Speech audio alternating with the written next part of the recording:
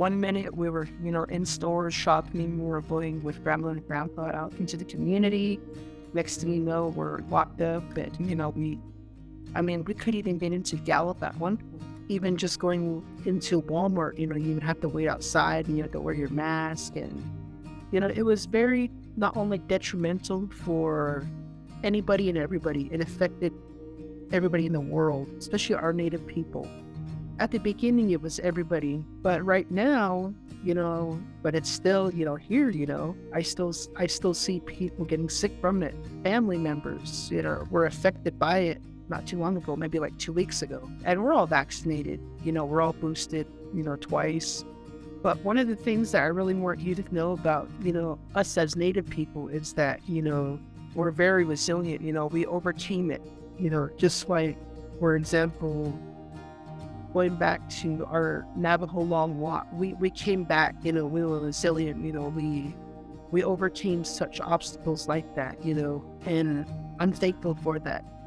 Anybody and everybody that, had anything to do with COVID, whether you were a vaccine order, whether you were intake, whether you were doing the nasopharyngeal tests, whether you work in ICU, whether you were developing the vaccines, you had a lot to play in this education for our Native people. And it's something that I will take into heart and take into consideration because I'm a survivor of COVID.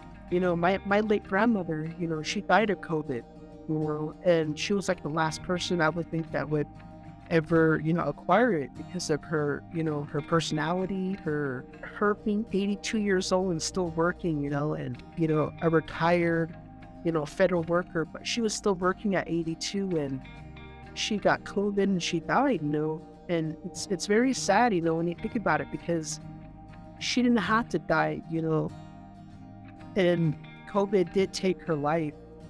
And it really upsets me when people, are not educated enough to where they're like talking down about the vaccines. And, it's like, you had this opportunity to save yourself, and my grandmother did not. Because I used to work at Indian Health Services in Gallup, and I'm still in contact with the public health nursing out there. They hold different events, like on a Saturday, or the flu vaccine clinics, or the COVID vaccine clinics, at the hospital, kind of like a drive-up. If anything, kind of like a Sonic drive-in. You just go up there, and give them your information. They bring out the food. It's kind of like the same thing, they bring out your vaccines, and it's, you're all done. But one of the things that they're offering now, and I'm glad that they're doing this, is the public health nursing in Gallup, New Mexico, is offering vaccine clinics at the local chapter houses. And local chapter houses are each community. Why would the government offer anything like that to us when these are evidence-based medications? And we look at Dr. Fauci too, it's a pioneer at what he does. For someone like that to promote such a vaccine, to me that alone, should be sufficient enough to where everyone should, believe in the vaccine.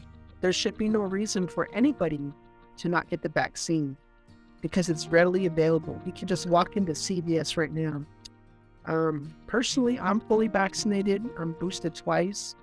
And if I wanted another dose of the vaccine, I could go to Walgreens right now as we speak and say, hey guys, I would like a COVID vaccine. And they would more than be happy to give me a vaccine right now as we speak. When it ultimately goes down to it, it's about protecting them and protecting their family. That's the most important thing.